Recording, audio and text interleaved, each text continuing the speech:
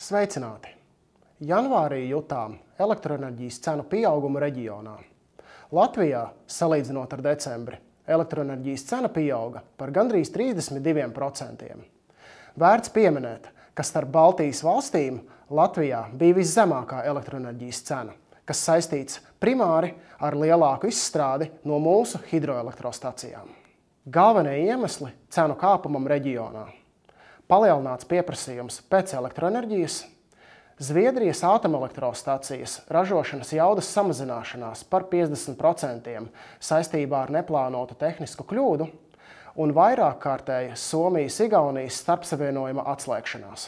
Šie iemesli noteica to, ka enerģijas plūsma reģionā bija netipiska no dienvidiem uz ziemeļiem, jo Latvijā un Lietuvā bija zemākas cenas nekā Skandināvijā, ko nodrošināja liela izstrāde no hidroelektrostacijām Latvijā. Runājot par dabasgāzi, TTF nākamā mēneša cena biržā turpināja samazināties, sasniedzot vidēji 29,89 eiro megawatstundā, kas ir par 17% zemāka cena nekā decembrī.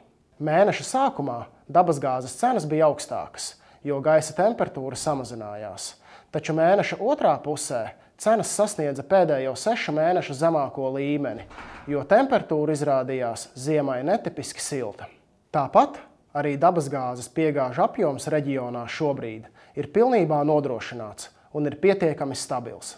Atsaucoties uz Reuters pieejamo informāciju, interesants ir fakts, ka 2024. gada janvāris, salīdzinot ar citiem gadiem, pasaulē ir bijis vissiltākais kopš datu reģistrēšanas brīža, kas ir 1950. gads. Vidējā CO2 kvotu tirdzniecības cena janvārī turpināja samazināties, sasniedzot 67,43 eiro par tonu, kas ir par 12% zemāka cena nekā decembrī.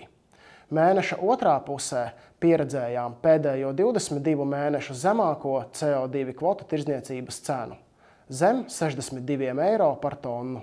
Atgriežoties pie elektroenerģijas, ar visu to, ka pateicoties augstajam ūdens līmenim Daugavā, Latvijā bija vislielākie ražošanas apjomi un deficīts reģionā samazinājās, elektroenerģijas cena, salīdzinot ar decembri, pieauga. Tas pierāda, ka esam ļoti atkarīgi no importētās lētās elektroenerģijas no Skandināvijas, kuras apjoms janvārī samazinājās.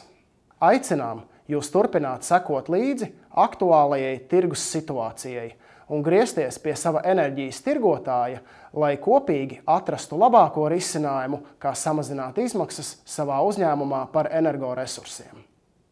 Uz tikšanos!